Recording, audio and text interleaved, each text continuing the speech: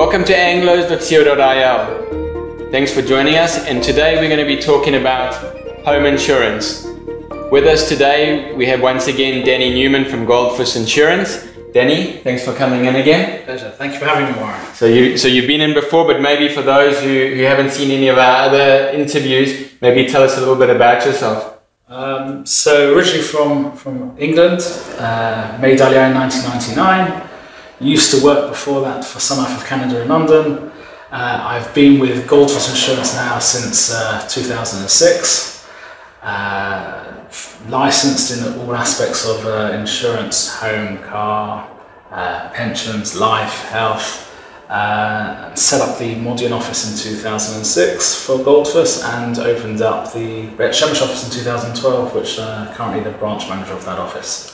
Great. So Danny, today we're going to be discussing home insurance. Can you just maybe firstly just outline what does it mean to say that if I need home insurance here in Israel? Yeah, so the home insurance policy in Israel is based on what's known in Hebrew as the Polisa Tiknit. It is a standardized policy that has gone through a lot of regulation, and all policies have to adhere to the basic carbon copy or the carbon imprint of that policy. Modifications can be made, obviously, to tailor-make the plan to meet each person's needs and what's appropriate for them. And the home insurance policy actually has three main aspects to it, and one will choose the elements that are relevant to them. So the first aspect is structure. Structure is the building. So you can have the walls, obviously the ceiling, the flooring, but also anything that's physically attached. So someone's got, let's say, light fittings that are physically attached, or kitchen units that are built in, or bathroom units that are built in. That would usually come under the structure component of a home insurance policy. So that's the first section.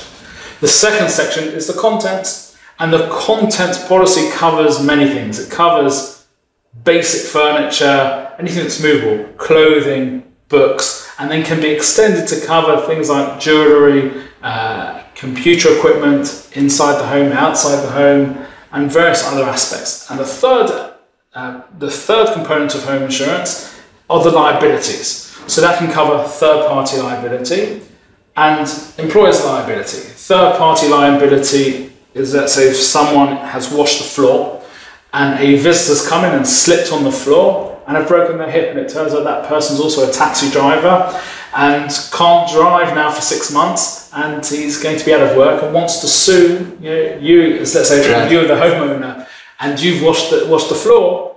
And they say, well, I slipped because you didn't tell me it was wet, and they want to sue you. They are a third party to you. So that's the price I pay for having them over for dinner. Correct.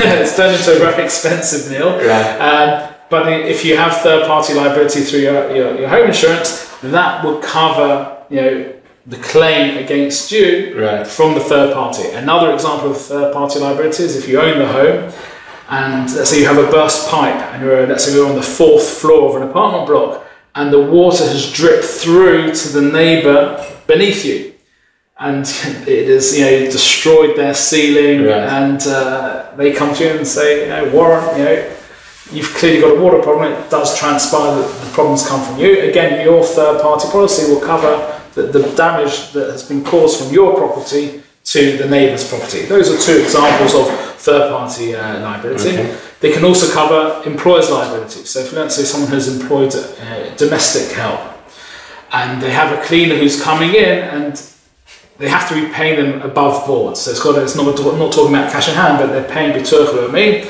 And they're cleaning, they've stood on a chair to clean a high-up shelf, and they've fallen off and injured themselves. So if that person's on the book, so the employer's liability within a policy would cover any liability there. Those are the main aspects of home insurance. Got you. So basically within that, I can pick and choose that cover. So let's say, for example, if I'm renting from somebody, I wouldn't necessarily take the structural part of that policy. I would go more for just the contents aspect of it, and that would then obviously reduce my premiums. Correct. I mean, when I say reduce your premiums, the premiums would match what you're covering. Gotcha. So it's not like you're taking out the structure, it's what of those three components you're putting in. But yes, if you were renting, if let's say you were renting from me, so it used to be, and many people still have these contracts floating around, where they will say that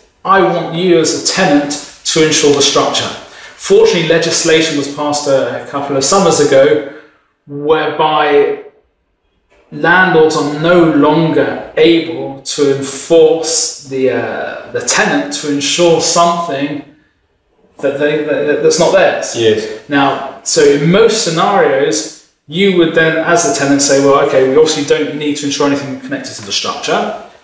However, you would still, other than your own belongings and your contents, there's still liability aspects, because if you've washed the floor, or if you, let's say, you're running in a bath and then you took a phone call and you got distracted and the bath's overflown and it's flooded the place and also dripped down. Yeah. So the third party liability, and in fact most contents insurance policies would anyway cover third party liability, but those would definitely be the two aspects in most scenarios that you wouldn't want. Why would I say most scenarios? Because there could be a scenario whereby, let's say, the landlord doesn't have structure insurance. Okay. And if you were responsible and you'd caused the damage to the structure, again, you ran that bath and it overflowed and it's caused significant damage to the flooring, and the tiles will come up and it needs to be replaced and dried out. Right. So if your tenants if the landlord doesn't have insurance, you're going to be held responsible there. Yes. So if you have a concern, so you may want to then take out basic structure insurance as well in the policy if it transpires that the landlord doesn't have insurance and you're concerned. Again, many people don't do that, but some people who are concerned about that risk, one can take out structure insurance on a property that you're renting. There's what's known as a zika. There is a zayin yud kuf hey. A zika is a connection between you as a tenant, that you have a bond to that property, so you can insure it. The recommendation in that scenario would be maybe to take out aspects of the cover that you can't be held liable for. So for example, we would take out natural disasters and earthquakes, because unless you have superhuman powers, the likelihood of you being able to be held liable for earthquake damage to the structure is zero. So there's no need in that scenario, if you were renting, for you to have the earthquake coverage on the structure. Yes. But would it be, is that something that's common for a landlord not to have structural insurance on his property? Isn't it something that they're obligated to have? So firstly, there's no obligation to have insurance. If someone's got a mortgage, so in the majority of cases, the mortgage bank will require someone to have structure insurance in place. A lot of people aren't familiar with the policy they have. It's amongst this stack of papers that people sign here, and they end up with things they have no idea. No one really reads the paperwork. Yes. And one of the insurances, also mortgage life insurance, which maybe we'll speak in another time. But one of the insurances is home insurance, because the bank, in essence, has a stake in the property. Yes. So let's say the property is worth 2 million shekel, and let's say you've taken a 1 million shekel mortgage on that 2 million property. Initially, the bank owns 50% of the property. Right. So they don't want there to be a scenario, if there was major damage caused to the property, you would pocket the money to rebuild from the insurance company. Right.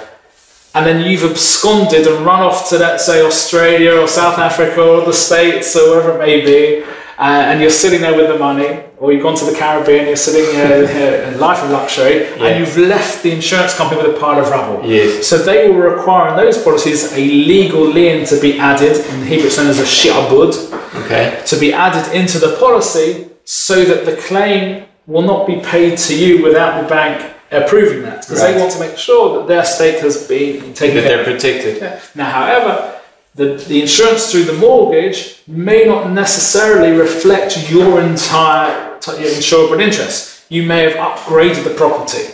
You may have refurbished the kitchen, put in solid oak cupboards and very high standard ceramics throughout the property as well. And the insurance through the bank may not reflect that, so it may not be the actual real replacement value of things. Also, often through banks, they may not have third-party liability.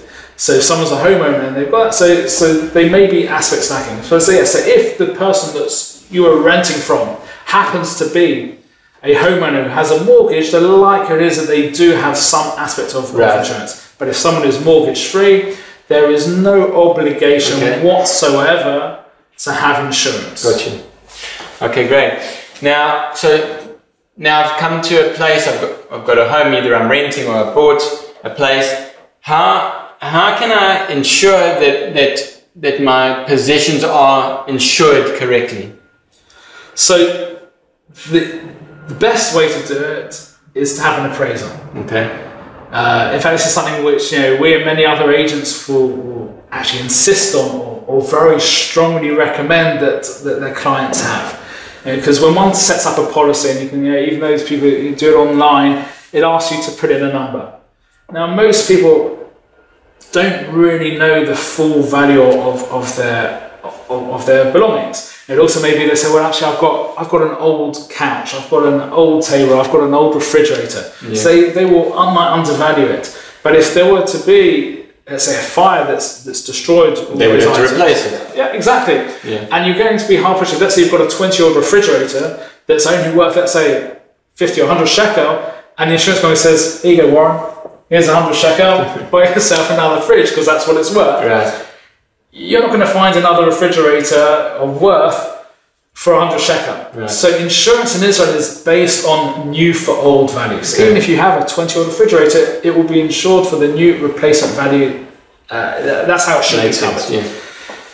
Now, a lot of people will, throw out a number. And here I use an example. I like to use an example because in Israel, the way insurance works, you can't choose to insure specific items on basic furniture. So, for example, if let's say you had a dining room table and 8 chairs, you can't say, well, actually, the kids are getting older. There's only a couple of us. We just want to insure 4 chairs. Right. You can't choose to insure 4 of the 8 chairs. Okay. That is under insurance. The way under insurance works in Israel is, let's say, this may ease things. Let's say you've chosen to insure 200,000 shekel. And you've called up the insurance broker or the insurance company and said, that's what I want to insure. At the time of a claim, a loss adjuster will come, and even known as a shamai, and they will assess the extent of the damage. Okay.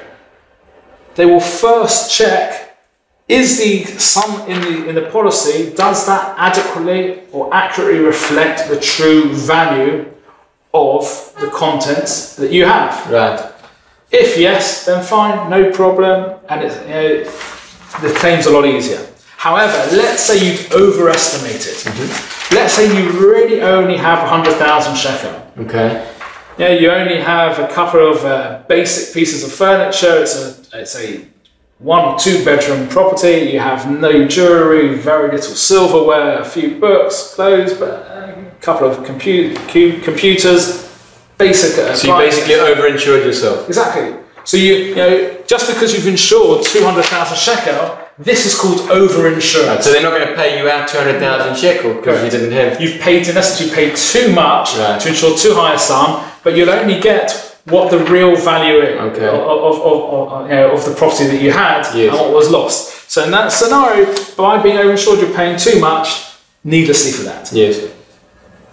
Second scenario is the other way around, what's called underinsurance. Again, you've chosen to insure 200,000 shekel. Yeah. And the loss adjuster comes in and he walks in, and it is a very luxurious 2-bedroom apartment. You've got silver all over the place, and you've got antiques. And in this, even if it's a small 2-bedroom apartment, they say, hang on a second, they go room by room, and they check and say, actually, Warren, the real value is 400,000 shekel. So now you've underinsured yourself. Yeah. If it was 202,000 shekel, it's near impossible to go to that level of precision. Right. Because everyone has other things, or bags, or suitcases, which people forget about. But they will evaluate things, say you've insured 200,000 when your real value is 400,000. Yes. In this example, you're underinsured to the tune of 50%. Yes. So the insurance company will then look at you as insuring 50% of the risk. So if let's say a table is the only thing that was destroyed. You know, so you had some candles on it and it caught fire and burnt the table, and the table's worth, let's say, 10,000 shekel. Even though it's within the 200,000 shekel that you've insured, because you're insuring 50% of the risk, let's say we're not paying you 10,000 shekel, you've insured 50% of the risk, we're only paying you 5,000 shekel of the 10,000 shekel. Of that particular item. Yeah. But after all said and done, when they've added everything together, you'll still get your 200,000 shekel. It just won't cover. It won't cover everything. If you've got total loss, that's if everything's gone. Right, and he assesses it at 400,000. You'll still get your 200,000, right, to replace as much as possible. No. You only get 200,000 shekel if it was total loss. All the 400,000 shekel went. Okay. If, let's say, 300,000 shekel went, you only get 150,000 in that example. Okay. If you had 100,000 shekel was destroyed, again, it's within the 200. You wouldn't get. That's not your upper limit. You're insuring when someone is underinsured. You're insuring that percentage. So you're insuring 50% of the risk. So the way to circumvent it, what we always recommend people, as do many other professionals, is that when one sets up a policy, you initially have to make an educated estimate of what you have. We then recommend to have an appraisal. In fact, all the insurance companies will provide, usually once every 3 or 4 years, a free appraisal. And the free appraisal, and the appraisal will come and evaluate things. They will write an inventory, a list of all the items that you have of value. They will go room, they'll say you've got 2 bedrooms, they'll write bedroom furniture is worth 30,000 shekel. They will go to your living room and say you have a wooden table with 8 leather upholstered chairs worth 20,000. You have a 3 and a 2 seat couch set up. They will evaluate that. They will then list also the appliances. They'll say you've got a Bosch washing machine. You have an LG refrigerator. You have a Siemens dishwasher, and they will itemize that and put the new for old value on. They will look at computer equipment, so say you've got a Dell, and they'll put the model number on as well. They will also look at silver. They will weigh it and they'll write a description, what the weight is, how many grams it is, and the value of that. They will look at pieces of jewellery. They will write down the colour, the clarity of... So it's extremely itemised and detailed. So the reason why we recommend it is for 3 reasons. Number 1, it means that you avoid the scenario of being over-insured or under-insured, so needlessly paying too much. And if someone is over-insuring themselves, so then the premium, the cost of the insurance, will then be reduced accordingly, and you'll pay less for it. If someone has been under-insured, so obviously the premiums would then go up to reflect the true value. So that's the first reason for having the appraisal report, to ensure that one is adequately insured. And so it's definitely worthwhile having. If it's free, it's something that they provide. It's worthwhile doing that. The other 2 reasons I would recommend having the appraisal report is if you've got something that could be covered on an all-risk basis for accidental damage or something outside the home.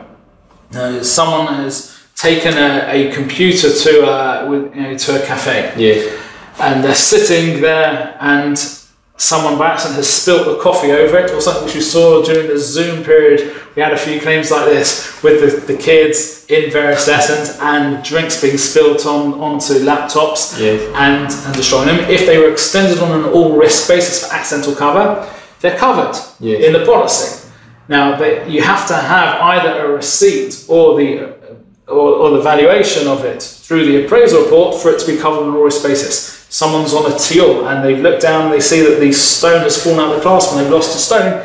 If it was appraised, or it's on the appraisal report, or we've got the valuation which was added in advance of the policy, it can be covered outside the home. The only places we can't cover things is if they were stolen from a car. You left your laptop in the front seat and someone smashed the window and swiped your laptop computer, it won't be covered from there. That wouldn't be covered? No, so we can't cover it from there. But so the second reason for the appraisal is if you wanted to cover things outside the home or in the home on an accidental basis, we need an appraisal report. The third reason is, I think it's the most important thing, is in the hopefully hypothetical scenario of a claim, the onus is no longer on you to prove what you have. Everything's written, and with a police report or the appraisal report, if it's through a fire, you say, oh, yes, it's all covered here. It gets approved very swiftly, and the claims get paid out very, very quickly. So for that peace of mind as well, to avoid the headache when someone's having a claim, it's a period of time when someone's dealing with so much anguish. And then to start trying to say, well, I have to prove what I had, having all that documented in advance just makes the whole claims process far, far swifter and far more amenable for everyone. Makes sense.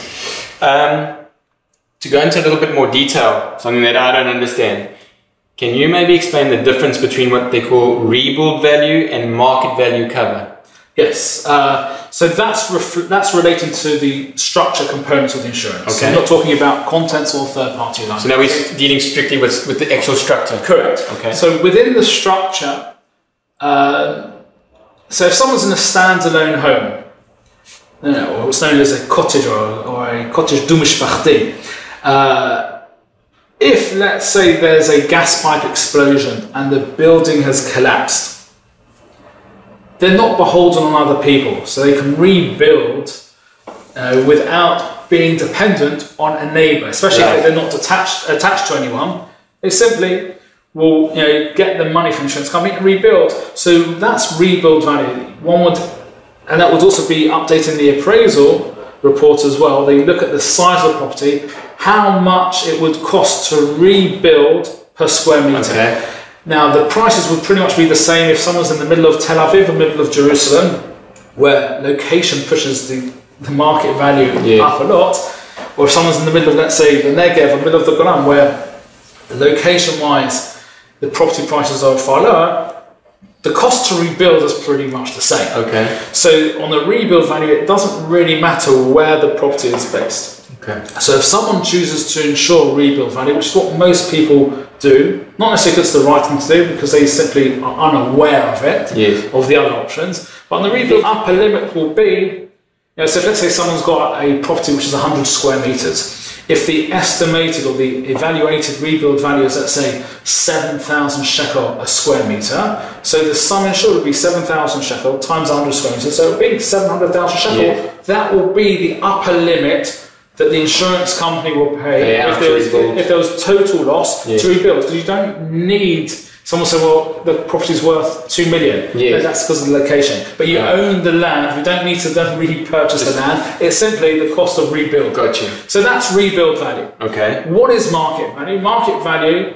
is pretty much only really relevant for people who are in attached properties or high rises or apartment blocks, whereby, let's say, you happen to live on the third floor, and there are, let's say, 5 floors in the apartment block. And this is actually, we've had over the years there have been a few cases like this. We had a couple of years in Rehov, done in Bakar in Jerusalem, where there was a gas pipe explosion. Also in Netanya, just next to Kikatsma, probably about 10 or even 15 years ago, where there was I think they may have hit a gas pipe there, and the building had to be pulled down in the end. Now, if you're on the third floor out of 5, you're not going to start rebuilding the third floor until everyone has settled and you can come together and rebuild. So sometimes someone who lives in an apartment, and if they only have rebuild value, they can be a sitting duck waiting to see what's going to be paid out and how long it's going to take. The insurance company will pay in the policy states that they will cover 12 months of rental. So if someone, obviously, if it's uninhabitable, someone's had a house fire for so you've got to go find another place to live in the meantime while it's being rebuilt. Exactly. So if, let's say, you're living in a 2-bedroom apartment, they're not going to fund you to live, let's say, in the presidential suite of the King David Hotel, or to go into a luxurious villa in Caesarea, in Caesarea. They're not going to fund that. They will fund an equivalent like-for-like for a period of up to 12 months. And the policy also states up to 15% of the sum insured. So if the sum insured is, let's say, 700,000 shekel, in that example, 100 square metres and 7,000 shekel per square metre. So 15% of 700,000 is, if I ask very quickly, is 105,000 shekel. So per month, that works out the equivalent of about just under 9,000 shekel. Yes. 9 times 12 is 108,000, so it's just under 9,000 shekel a month, which for a 100 square meter apartment is usually more than adequate. Yes. Those are the sums, and that will provide for a year. Right. But in this scenario, if you're on the 3rd floor out of 5, often things can take a lot longer than that.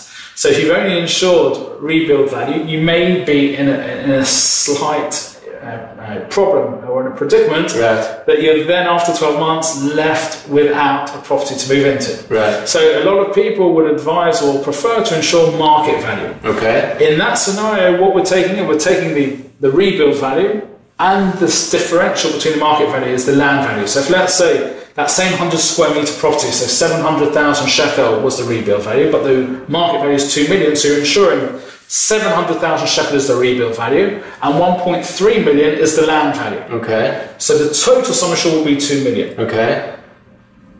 Obviously, you would pay a higher premium for that. Obviously, the more so, but it's not usually that much more because the land value, there's no infrastructure, and the scenarios of having a claim for total loss are far less frequent than somebody's got a burst pipe or a fire, which every day you read in the newspaper of, let's say, of a house fire.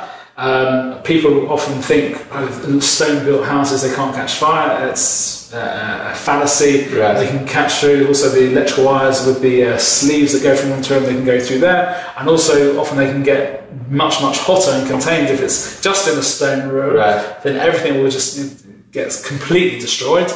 But in essence, the difference with the going back to the market value, when someone's insured 1.3 million, this example, it's a 2 million property, 700,000 to rebuild, 1.3 million is the market, is the land value. In the event where the property cannot be built in a timely fashion. So what we saw in Kikatsmut many years ago, what we saw now almost 2 years ago in Rehov Dan in Baka in Jerusalem, where it's taking a lot of time. So if someone has market value, the insurance company splits the claim into two. Okay. The 1.3 million shekel, which is the land value, will be paid out. Okay. The person can choose to do what they want with that 1.3 million. They can either use that and rent the presidential suite if they want, or they can buy a smaller property, or they can take a mortgage if they want, and they've got 1.3 as a down payment, and they'll take a mortgage on the other 700,000 shekel to purchase another property. Another property. The 700,000 shekel, the rebuild value, is still theirs, but they would have to rebuild. Okay. So they might be sitting it out for many years, but ultimately, in that scenario, they could end up with two homes. Some people may choose to sell the rights to a couple of, so they get the 700,000, so they've got their full 2 million, so they just simply, without a mortgage, buy that. But it keeps their options open, but they get the land value when it's determined that it can't be rebuilt in a timely fashion, because they are beholden on other people. They're on this third floor. Yes. And, sorry, you're not building the third floor for a while yet. So under those circumstances, it is what some people will consider a more correct way of insuring. Okay. There is actually a third way of insuring, which is far less common, and that's usually when you have a very organised VAD buyout, or in new builds where the VADs get together in advance and do this, where you can insure the entire structure under one policy. Okay. So even though there's multiple people in that building, it's not a standalone home, you're all insured together. So let's say there's a 5-storey property, and there's 2 apartments on each floor. So you've got 10 properties. So the 10 of them come together, and let's say they're all at the same size apartment. And they can insure the structure all together under one thing, also cover all the common areas, which means that if there's a disputed area, the pipe, is it this property or that property, there's no dispute, it all gets covered. Those policies are actually far rarer, but are actually the most correct way of insuring. But you have to have a very organised... You have to all be on the same page. Often it happens when they're doing a new build and the people come in advance and they say, right, we're coming here, how can we insure this? And then if individuals have a mortgage, so you can, within that policy, have relevant liens and say, of this, if let's say the whole building of 10 properties is, the rebuild is, let's say, 16 million. So instead of everyone insuring 2 million, each they're insuring 1.6 each, so say, of this, there is a lien to bank Mizrahi Tfachot for family Cohen. Yeah. There is a lien to Bank Apardim for family Levy, and there is a lien for family Smith. Obviously the Olim who came, but Bank Lomi, right. And it can be done that. Obviously, in that scenario, everyone would then have to take out their own contents policy separately, because usually we recommend everyone having the same policy to cover both structure and contents. Okay. Because if there's a fire that damages both, if someone's got two policies, you're dealing with two claims and two separate. Right, so it's better to have them in one. Exactly, better to have in one in the majority of cases. But ultimately, that's the difference between the market value and the repo value. To go back to the original question, we have explained things quite thoroughly. But rebuild value, you've got a budget of what it would cost, irrespective of location, to rebuild based on the cost per square metre of the property. Mm-hmm. The market value also adds on the land value, and for people who are living in apartment blocks, it's usually the most correct way of insuring. Banks won't request this, don't even think about that, because they're not interested. They just want to make sure they're covering their stake. Right. So the vast majority of people who've got a mortgage will not have that. You're not beholden to using the bank's insurance, but if someone wants to consider more accurately covering what they have, especially if they're in an apartment block, so that is something that should be considered, and getting the costing so that each person can make an informed decision as to what they feel is more appropriate for them. Great. Can you just explain something called the subrogation clause? Yes. Can you just explain what is that? So the subrogation clause is something that's relevant to someone who's renting or. So I'm renting from you, for example. So let's use this scenario. You're renting from me. So I'll explain with two scenarios. So scenario number one, let's say you've lit Hanukkah candles and you've put it on the edge of a table and you left it by an open window and you went to a party with some friends down the road. You come back later that night and you're greeted by the fire department. Yeah. Transpires that because you left it on the edge of the table by an open window, blew over and it's caused a fire. It's gutted the place, there's significant damage to your belongings and there's damage to my property. Right. Now, let's assume that we both have insurance. You've got insurance for your personal belongings and I have insurance for the structure. They will both pay out. Okay. Even though you were deemed to be negligent by the fact that you put it on the edge of the table, you're still covered. So your insurance company will pay you, my insurance company pays me for the content. We're both covered. Okay. But in that scenario, based on the fire and department's report, which will state it was caused because the counters were left on the edge of the table. Yeah. My insurance company can then turn around and subrogate the clause. In Hebrew it's called Sif Shibuv or Sif Tichluf, where they in essence will go into my shoes as if neither of us had insurance, and they will say, because let's say there were no insurance companies in play. If you've caused a fire, I have a claim against you and I say, listen, Warren, you caused all this damage to my property. Right. It's going to cost me 75,000 shekel to replaster, repaint, re-put in the cupboards back in. Yeah. And I can take you to court and I can sue you for that.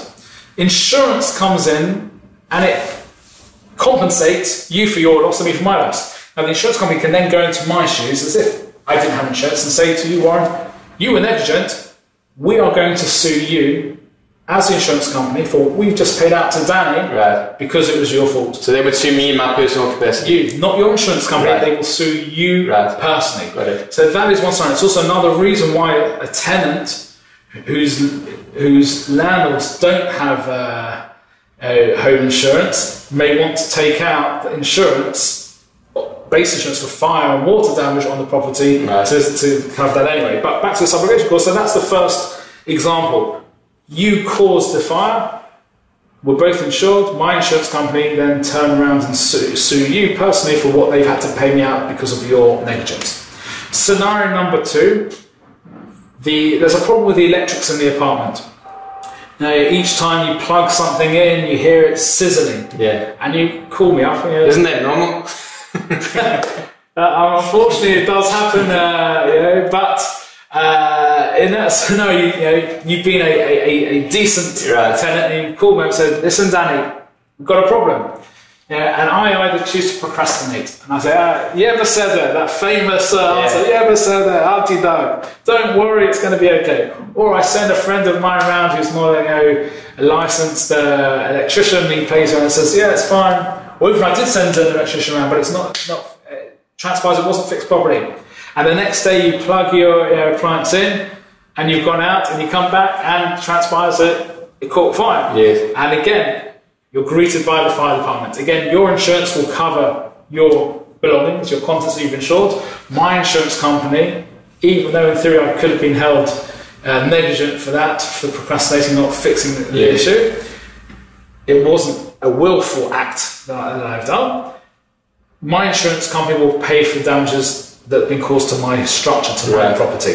Now, in that scenario, your insurance company will come after you. Say, hey, Danny, we just paid Warren 100,000 shekel of damage for his contents, and they can sue me personally. Right. This is where the cancellation of the subrogation comes in, and for me it is a no-brainer. It's something which I speak about very often. Right, so you can cancel this clause that they can come after the other person. Correct, and surprisingly, a lot of people aren't familiar with this. I've come across a few lawyers who deal with contracts who either became aware of it when they had a client who was sued, or haven't been familiar with it.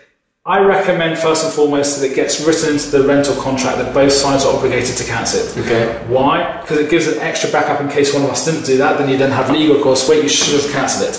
And then what we would each do, you would write into your insurance policy, I am cancelling the subrogation clause in favour of my landlord, in favour of Danny. I would reciprocate and I would add the clause into my insurance policy. I am cancelling the subrogation clause in favour of Warren, the tenant. It costs nothing to add that clause. So it costs nothing, and it doesn't change your premium or anything? It doesn't change premium, it is simply wording that is added in. Okay. That is something which can save. In fact, we had a few months ago a house fire of a client where there was an electrical fault, and because in advance of them signing on the contract they sent their policy to me, I looked at it, and this is something which I would advise, especially Olim who come. A lot of them will sign a contract prior to making IDR, so they get off the plane, they get their free cab ride to the apartment they're renting. So normally you want to go straight into your apartment. And a lot of people have signed on the contract already, and I strongly recommend people speak to your insurance agent, or if you have one, or you want to send it to someone like myself to have a look at the contract before signing, so that we can check the wording and have that added in. It is mutually beneficial both for the tenant and for the landlord. And because it costs nothing to add, in my opinion, it's a no-brainer. And you were saying before, when we were talking before, that insurance companies are legally obligated to accept. Correct. That they can't come after somebody else. It was a small line that was added in the 1981 Insurance Act. Because, as I said initially, all the policies are based on the polycyclic, the standardised policy, because it was something that was legislated, so they have to accept it. If it's been written into the policy, they then forgo the option to be able to sue the other side. And as mentioned, because it costs no money, it's silly not to do. Gotcha. One other thing, when you answered right at the beginning, you said, does someone renting need to take out? Now, if let's say I flatly refuse, I can't be bothered, I don't want to add in that clause. Right. You come across a very difficult landlord. Right. I'm a tough guy, and I'm not interested in changing the wording. Yes. But you really like my property and you want to rent it. And you say, forget it, I'll do it. So in that scenario, some people, we have clients and other people have done the same thing as well, who then have decided to also insure the structure just for fire and water to avoid that scenario of them being countersued, so they're also covering something if they were to be held negligent. That's just another reason why someone may, again, it's not often that happens, but that is a scenario that could arise if the fault has been as a result of the tenant causing the damage, and the landlord's insurance company would sue the tenant because they didn't activate the subrogation clause. So that might be a reason why the tenant may want to consider looking at insuring fire and water damage to the property that they're renting. Okay. Maybe can you tell us options of extended cover? Tell us a little bit about options of extended cover. So we touched on a few of the pieces. For example, accidental damage, covering things outside the home, jewellery. You may need to have, or you actually will need to have an appraisal report, but also, depending on where the apartment is, there may be security requirements as well. For example, in most towns, the ground floor apartments is something which is, for some countries, we don't really see it so much. Bars on windows. Yes. So you come from South Africa. That's For Joburg, it's you're surprised not to see it. But people that say I come from the UK.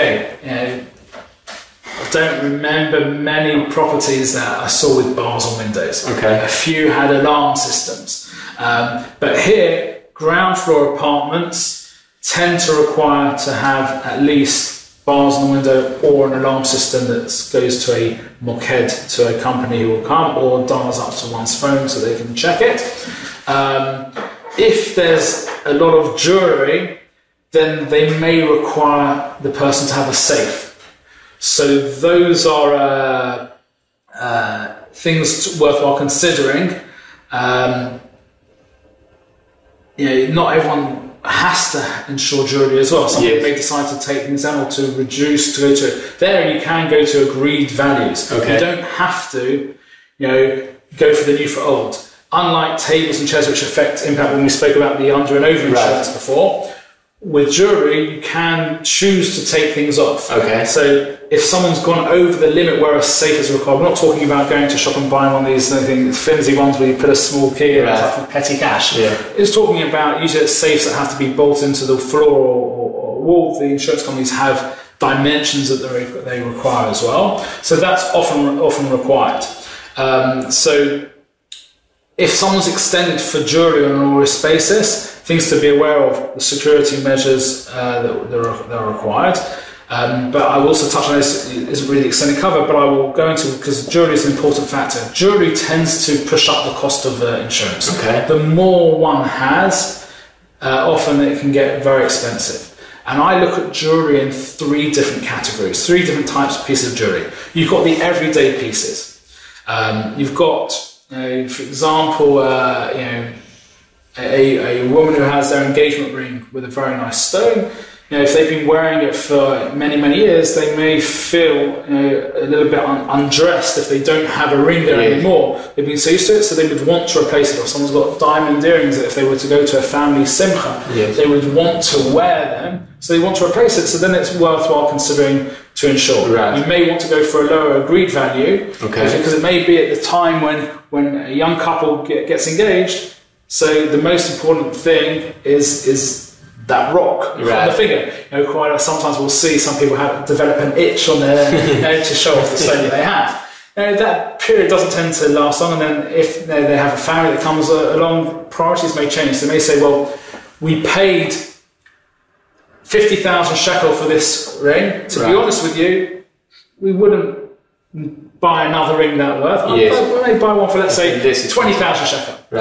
So they can go for a lower agreed value, and it will be, as in the Hebrew, it's erech muskam. It doesn't impact the under insurance. They're paying less to insure because it. You pre-agreed a lower value. So you can, for things like artware or for jewellery, you can go for lower agreed value. So the first piece worthwhile considering to insure is something that you would want to replace. The second item is an inherited piece. So let's say someone had inherited from a grandmother a diamond ring. It's sentimental value. They don't even wear it. It sits in a drawer.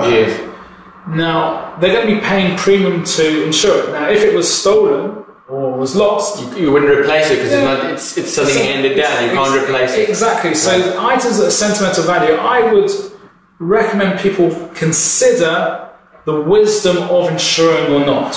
Why? Because if let's say in that scenario, if let's say they then had a kid they named after their grandmother, would they then go take the money, buy another ring, and say to their granddaughter, this ring is like the ring that your great grandmother, who you're named after, so I'm going to replace it. So if you're not going to replace it, Unlike other items like the chairs where you can't choose to take on or off, but with jewellery, that's one way of reducing it. The third category of jewellery are also inherited pieces, but which are worth a lot of money. Yes.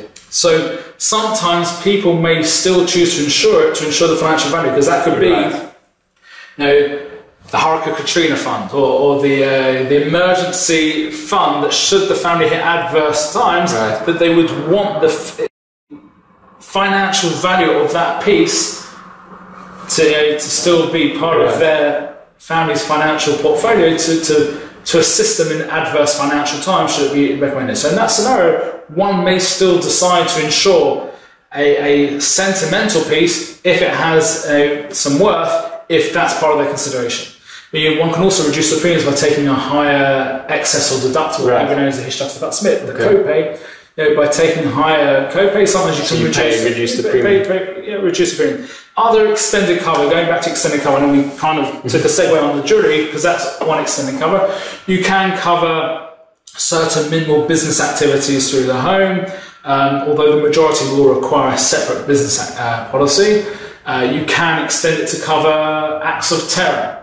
So the government will cover, it's called Masrachush, and they have a standardised table. They won't necessarily cover jewellery or above. If someone's living in a very nice home with more than average amount of furniture, it's all online as well. The government has the formula based on the number of people living in the home. They will pay out X or Y. So if there is damage, so if we were to go back in time, which hopefully we should never return to that, but let's go back 20 years ago where there were bus bombs going off in Jerusalem, and it would cause damage to properties. So all of that was covered by Masrachush.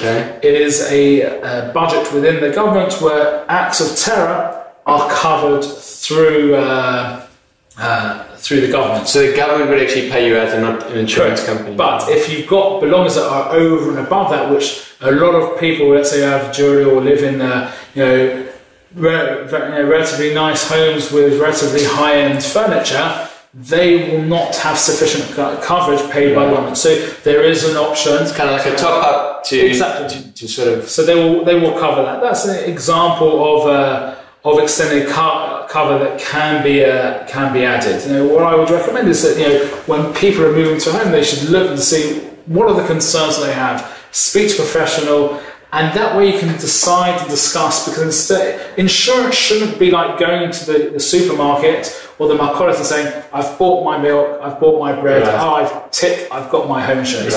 It needs to be tailor-made to reflect what you have. So extending the coverage for these items, get all the information. Once you've got all the information and all the costings, one can then make an informed decision as to what's appropriate for them as far as that's concerned. Got you.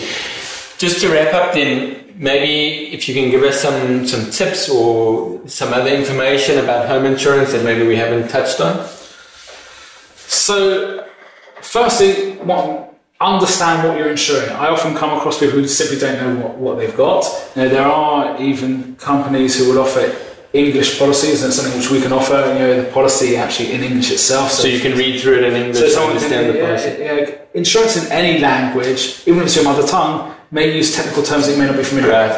All the more so if it's in Hebrew and you're not so familiar with the Hebrew terms. So if you don't understand, there are abilities and options out there where someone can receive an English policy.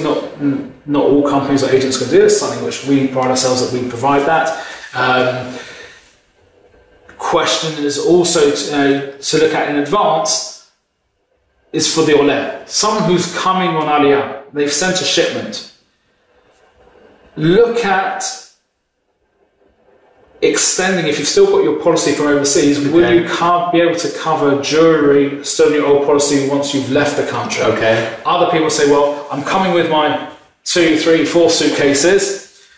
We're moving in already. We've already spoken about having the contract. I would recommend Olim in advance. Send through to a professional to look at the rental contract before signing to make sure the subrogation clause is all there. But also, If someone wants to have coverage from the moment they step off the plane, you've come with your laptop, you've come with your diary, and in the cab journey to your new home, you left the laptop in the cab and it's gone missing, or the stone fell out. If you've got valuations from overseas for or the receipt you purchased the laptop, send it through in advance. You can set up the policy to kick in the moment you step off the plane. Okay. And also to cover the belongings you'll bring in. Once the shipment arrives, then we can then arrange for the appraiser, as other people can do as well, to come once you've unpacked and then reassess. Right. It's not like you're setting things up, for now and that's it. Home insurance policies are annual policies. They all renew on the 1st of the calendar month. So let's say today's date is the 13th of April. So the 13th of April, so a policy may run to either midnight on the 31st of March or midnight on the 30th of April. So the first year will either run for 11.5 or 12.5 months, depending how you set it up. And then each year it would renew on the 1st of the month. So even during that insurance year, you can make changes. You've got rid of 2 laptop computers. You say they don't work. You've thrown them out. You can take them off and say you call up based on the appraisal report. Say what we added here. Remove the Dell. Remove the HP laptops. Yes. No longer have it. We're just leaving the MacBook Pro as the only thing we have now. We keep that, and you can reduce the premiums on a pro rata basis, on a pro rata basis, as far as that's concerned. You've made a new purchase. We would advise people, send in the receipt to the insurance agent. That way it gets added to the policy, and then if something happens, there's no onus on you to prove what you had again, just like the whole thing. So you add something onto the policy with a purchase, add it with the receipt, send it into the insurance agent. So very important, basically, you can arrange that insurance and have it in place even before you arrive. So for an Olim who's looking to come, you've now signed for your apartment. From the time you hit the ground, you're covered for your whatever belongings you bring with you. Correct. And you can pay for policies with overseas cards. There you'd have to probably pay in one payment. If you have an Israeli credit card, you can often split it in what's known as tashlumim, in installments. They're not installments like every quarter, it would be consecutive months. Yes.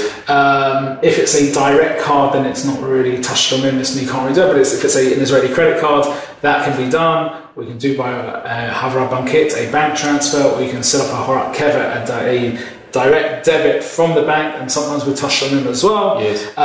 So all these can be set up, but again, in advance of coming on Aliyah, definitely have a conversation with an insurance professional. Very important. Good information. To make sure that the moment you get off the plane, or the moment you stay on, or even before you've signed the rental contract, that everything is there to adequately protect. The other extensions, which I'd also recommend, things which or things to consider.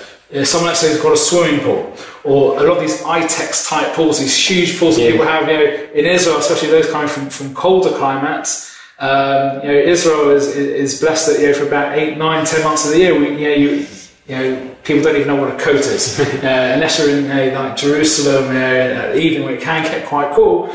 But often in the summer, a lot of people have these huge swimming pools.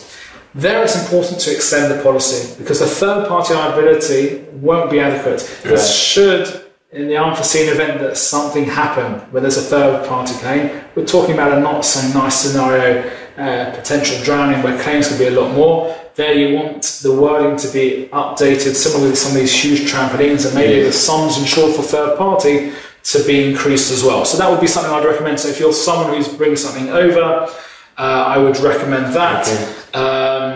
Those are things to consider. But in a nutshell, take control of the insurance. Don't just have it and not be aware of what's covered.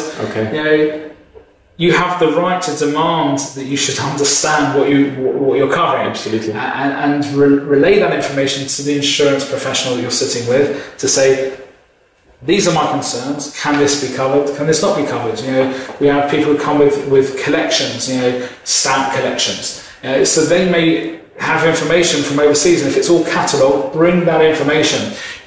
We have a number of clients who are antique Judaica collectors, and they have 100-year-olds and hundreds of year old books and manuscripts, which they're more of an expert in some cases than the appraisers. And if they've got a document, they have a catalogue, they will show it to the appraiser or they'll send to us, and we can, based on that, make sure things are adequately insured if that's something that's important. So if you have anything out of the ordinary, or musical instruments which you take out of the home, you play, you're going to join the Israeli Philharmonic Orchestra, and you have a very expensive violin, and you want to cover it outside the home as well. If you've got the documentation from overseas, or if not here, we can get it appraised here as well through the free appraisal.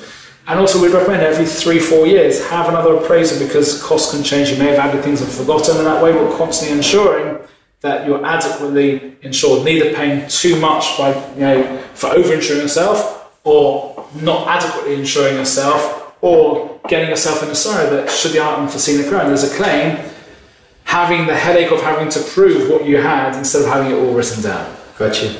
Danny, thanks so much for coming in and joining us. It was really informative. Thanks again for watching.